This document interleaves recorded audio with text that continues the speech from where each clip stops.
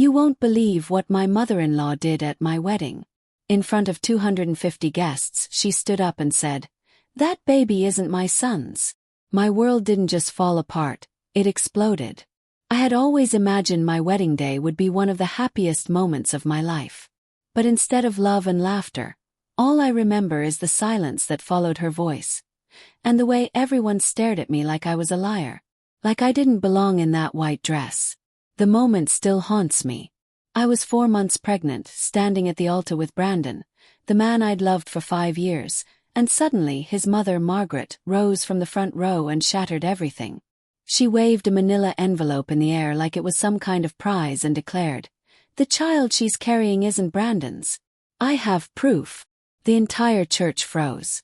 I could feel my baby kicking inside me, reacting to the chaos, while my heart nearly gave out. Brandon turned to me, eyes filled with betrayal, and whispered, "Is it true?" But let's rewind. Before that disaster unraveled my life. My name is Hillary, and I met Brandon Richmond at a charity gala in Boston. He was charming, successful, and made me feel like I was the only woman in the room. Our love story bloomed like something out of a romance novel. Weekend getaways, candlelit dinners, stolen kisses in the rain.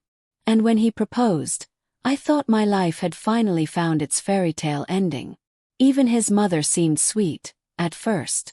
Margaret welcomed me into the family with tea invitations, homemade recipes, and stories about Brandon's childhood. I thought I was lucky, thought she loved me, but everything changed when I got pregnant. At first, Brandon was thrilled. He spun me around the kitchen when I told him, laughing like a kid on Christmas morning. We decided to move the wedding date forward. We wanted to start our family with tradition and celebration. That's when Margaret's smiles turned strange. Her warmth cooled. She started asking questions about my past, about who I'd dated before Brandon, whether the baby looked like him yet. I tried to brush it off, thought maybe she was just nervous. But in reality, she was gathering ammunition. As the wedding day approached, she insisted on being involved in every detail. The flowers, the music, the seating chart. Now I understand, she wasn't just planning a wedding. She was preparing for war. The morning of the wedding was beautiful. I slipped into my altered white gown, my bump barely visible, and my father cried when he saw me. I remember placing a hand on my stomach and whispering to my baby, "You'll be born into love. I promise." As I walked down the aisle, Brandon's eyes met mine, full of tenderness. The church glowed with white roses, Margaret's choices. And there she sat, in a pale blue dress, wearing a strange little smile. Triumphant, like she knew something no one else did. Then came the moment. The priest asked if anyone had a reason to object. I never thought anyone would actually say something. But Margaret stood. And with poison in her voice, she said the words that blew up my life. The next few minutes were chaos. She handed Brandon papers, fake medical records, doctored photos. They looked so real that even I questioned them for a second. My bridesmaids froze. Guests whispered. My knees buckled. And Brandon, he didn't say a word. He just walked away. He walked away. His best man followed. Then the groomsmen. Then the guests. One by one they disappeared. My father rushed to my side, but I couldn't move. I saw Margaret's reflection in a mirror. And she was smiling. She had planned this down to the second. I fled through a side door in my wedding dress, veil snagging on the bushes outside. My father found me hours later, curled up in the garden, crying so hard I couldn't breathe. That night, lying in my childhood bedroom, I made 2 promises. First, that I would love this baby with every piece of my soul. And second, that the truth would come out, no matter what it took. The days that followed were a blur of grief and humiliation. Every morning, I woke up hoping it had all been some twisted dream. But my growing belly reminded me it was real. Brandon was gone. Margaret had won. And the world, it couldn't get enough of my pain. The tabloids called me the abandoned bride. Grocery store clerks stared. My phone never stopped buzzing with people asking for my side of the story, only to twist it later. I stopped answering. I stopped going out. I stopped hoping. But my parents, they were my anchor. My father transformed his home office into a nursery, painting the walls a soft yellow. "Yellow is for hope," he'd say, carefully painting little birds above the crib. My mother knitted tiny sweaters and sang lullabies as she folded baby blankets. They never once questioned me. They simply loved me. Brandon. He vanished. No text. No emails. Not even a message to cancel the lease on our apartment. I sent one email, just one, offering to take a paternity test, begging for a chance to clear the air. But it bounced back. He'd blocked me. One night, while boxing up wedding gifts to return, I came across the silver frame Margaret had given us at our engagement party. Engraved on it were the words, "Forever begins today." I hurled it across the room and watched it shatter into pieces. That's when it happened. My baby kicked. Not a flutter. Real strong kick. It was like he was telling me, "Mom, I'm here. I'm real. We'll be okay." In that moment, something inside me snapped back into place.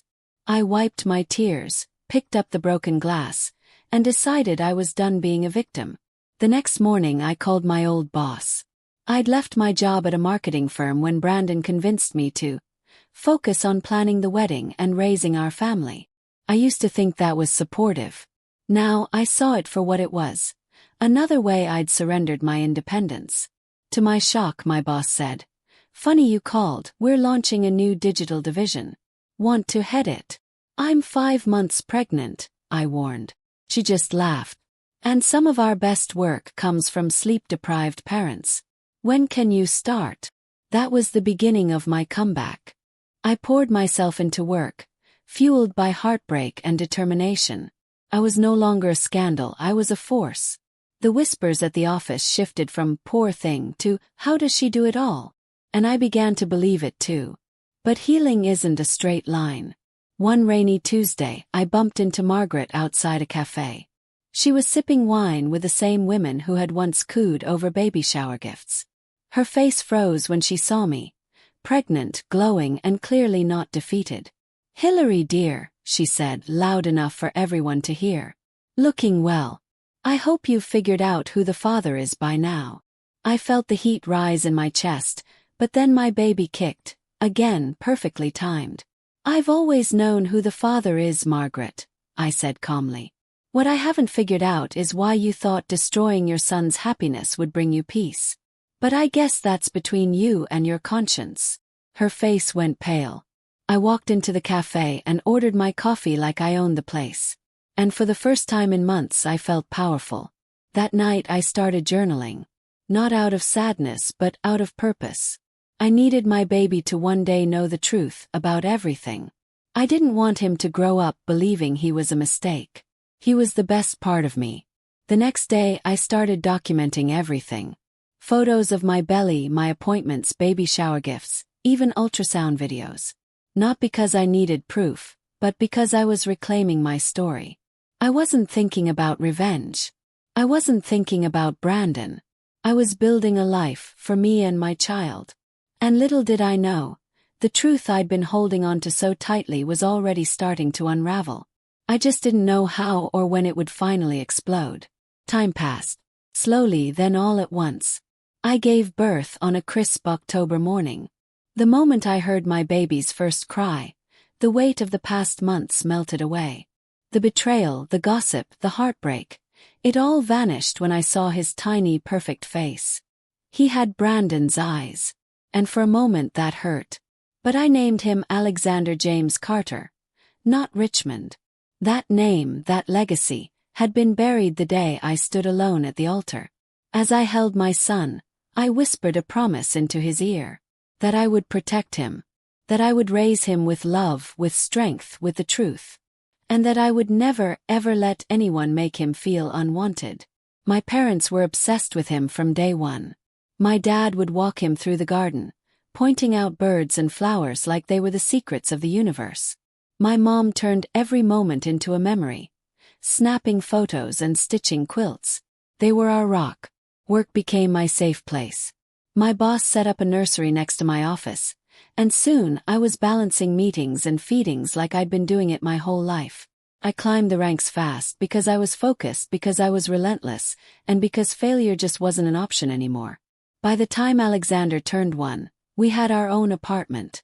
A cozy place near the park where we'd feed pigeons during lunch breaks. Our little family of 2 was messy and loud and beautiful.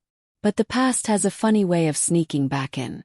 One day I received a package at the office. No name, no note. Inside was a silver baby rattle. The same one Brandon had as a child. I knew instantly who sent it. Margaret. Chilled me.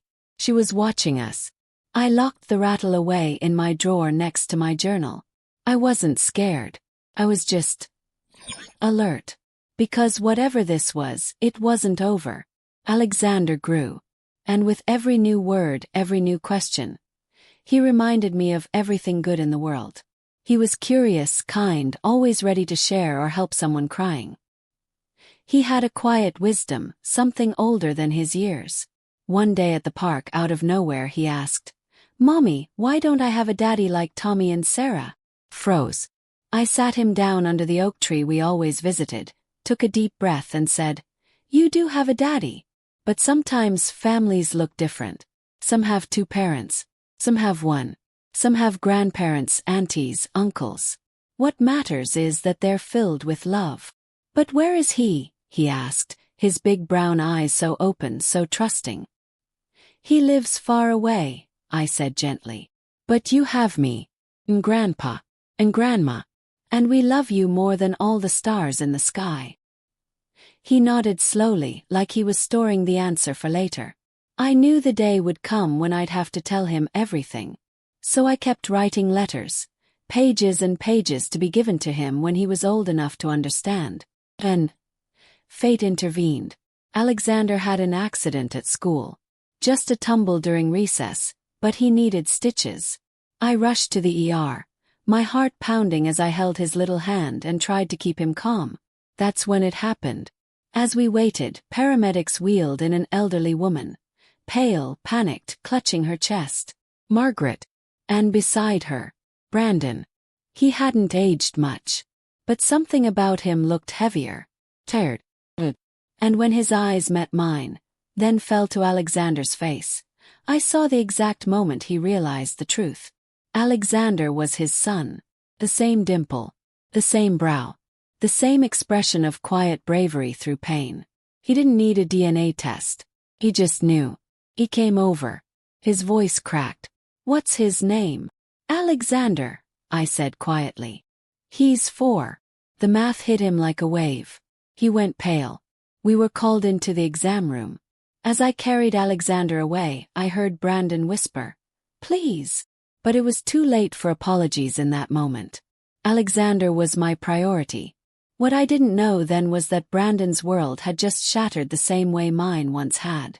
And that the lies Margaret built so carefully were about to come crashing down, with a force none of us could have predicted. Later that night, after Alexander was safely asleep, his superhero band-aids proudly on display, I sat at the kitchen table staring at a business card Brandon had slipped into my hands at the hospital. He wanted to talk. He wanted to understand. And for the first time in years, so did I. We met at a coffee shop near my apartment. Neutral territory. I was cautious but curious. Brandon looked like a man who hadn't slept. When he saw me, he stood up and said softly, "I remember how you like your coffee. Vanilla latte. Extra shot." I sat down without smiling. "Why now?" he asked. "Why after 5 years does she suddenly want to meet him?" "She's dying," he said, voice cracking. "The heart attack, it was bad. She's refusing surgery. Says she doesn't deserve to live after what she's done." He reached into his coat pocket and handed me something. A handwritten confession. Margaret had detailed everything. How she faked the test results, bribed a lab technician, hired someone to create forged photos. How she orchestrated that scene at the altar down to the second. Because she was terrified I'd take her son away from her. She thought she was losing me, Brandon said quietly. And instead, she lost everything. I couldn't breathe. I'd carried those lies in my chest for so long. I didn't know what it felt like to hear the truth spoken out loud. "And you?" I asked, my voice almost gone. "What do you think now?" He looked straight into my eyes, filled with tears. "I think I was the biggest coward alive." Brandon reached across the table, not to touch, but to offer something. "I don't expect forgiveness, but I want to know my son. He deserves to know his father. And, if you'll allow it, he should know his grandmother too. Even if she doesn't deserve it." I didn't say anything for a long time. Then I pulled out my phone and showed him a photo of Alexander, beaming on his first day of preschool with a Batman backpack. "This is what you're asking me to risk," I said. "His joy. His innocence. Your mother already took too much from him." "I know," Brandon whispered. "But she's not asking for forgiveness. She just wants to tell him the truth. Before it's too late." I laid down my conditions. I would meet with Margaret first, alone. If she was sincere, and only then, I would consider allowing her to meet Alexander. But everything would be on my terms. Brandon agreed to everything. That night I barely slept. I kept thinking about the manila envelope, the forged lies, the broken ceremony, the weight of 5 years of silence, and how one small boy, with a dimple just like his father's, might be the one to heal it all. The next morning, I walked into Margaret's hospital room with fire in my chest. She looked so different, frail, small, human. No designer clothes. No judgment in her eyes. Just tears. "Hillary," she whispered. "You look well. Motherhood suits you." "Don't," I said sharply. "No small talk. No performance. Say what you need to say." And she did. She handed me every document. The real ones. The receipts. The emails. A letter. And then she told me why. Because she couldn't bear to lose Brandon. Because she thought I was taking him away. Because she panicked. Because she'd rather destroy a family than feel abandoned. I asked her the one question I had waited years to ask. "Why did you do it?" Her voice shook. "Because I was afraid. And selfish. And I couldn't see you as someone who loved my son. I saw you as a threat." Tears spilled down her face. "I hurt you. I hurt Brandon. I hurt Alexander. And I've lived with that every single day." As I sat there, holding the evidence in my hands, I realized something strange. I didn't hate her anymore. I just felt tired. Then my phone buzzed. A text from Alexander's school. He'd fallen again. Reopened his stitches. They were taking him back to the ER. I grabbed my bag and stood up to leave. "Please," Margaret whispered. "Will you still consider letting me meet him?" Paused at the door. "I don't know," I said honestly. "Right now he needs me." As I left, Brandon followed.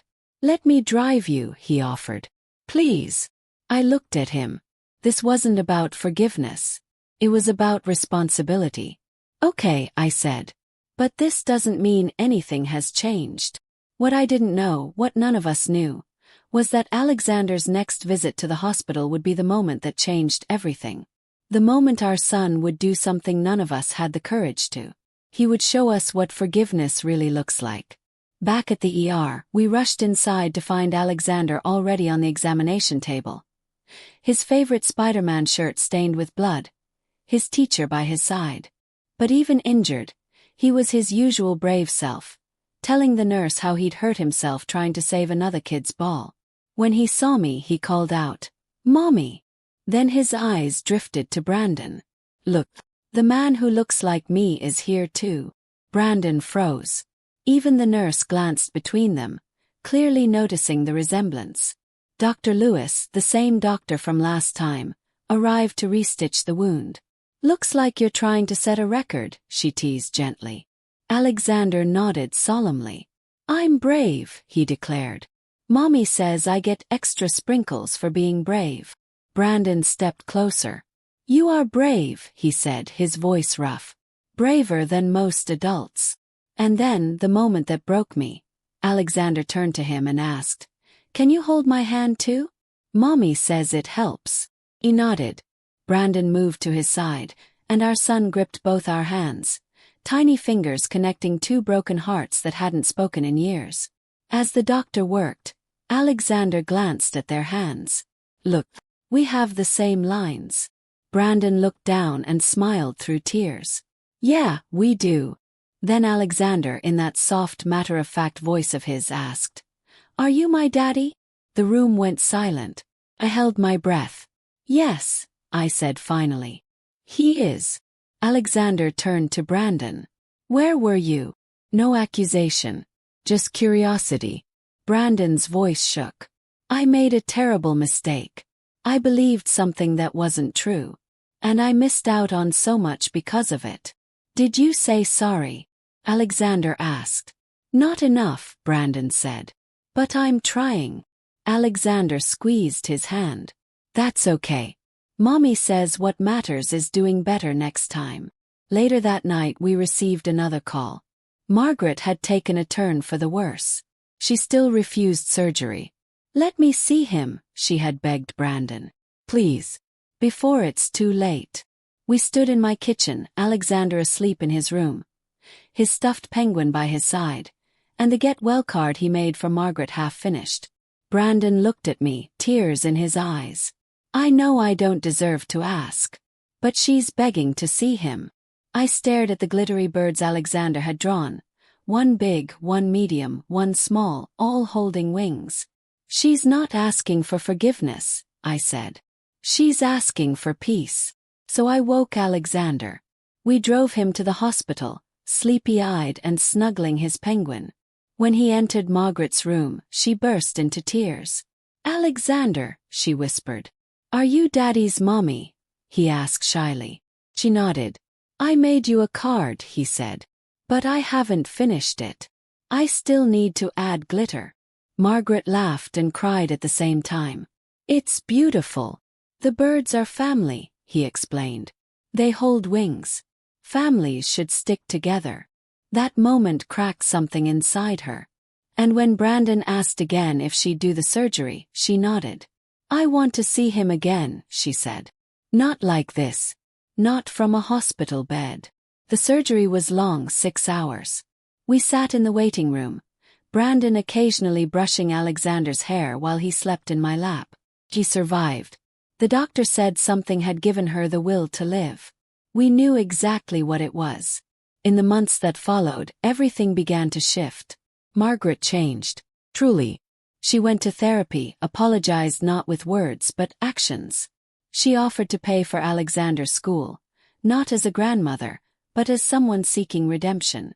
Brandon and I co-parented. We weren't a couple, but we were something new, partners in raising our son. Sunday dinners, school plays, birthdays, all became chances to rebuild. Slowly, carefully. And Alexander, he was the glue. At his 5th birthday party, surrounded by laughter and cake, he stood between Brandon and me, holding both our hands as we sang. I don't need to make a wish, he said proudly. I already got what I wanted. My family's all here. Margaret's framed get well card hung on her wall now. The birds holding wings. But this time there were 4. That night, as I tucked him into bed, he asked, Mommy, are you still mad at Daddy and Grandma? I looked into his big brown eyes and answered truthfully. No, sweetheart. I'm not mad anymore. They made mistakes, but they worked hard to fix them. Just like you do when you make a mess with your toys. He nodded wisely. Then we're like the birds. All flying together. Yes, I smiled. We're all flying together now. Our story didn't end with a perfect wedding. Began with a broken one. But in its place, something even stronger took root. A family. Imperfect, real, and full of love.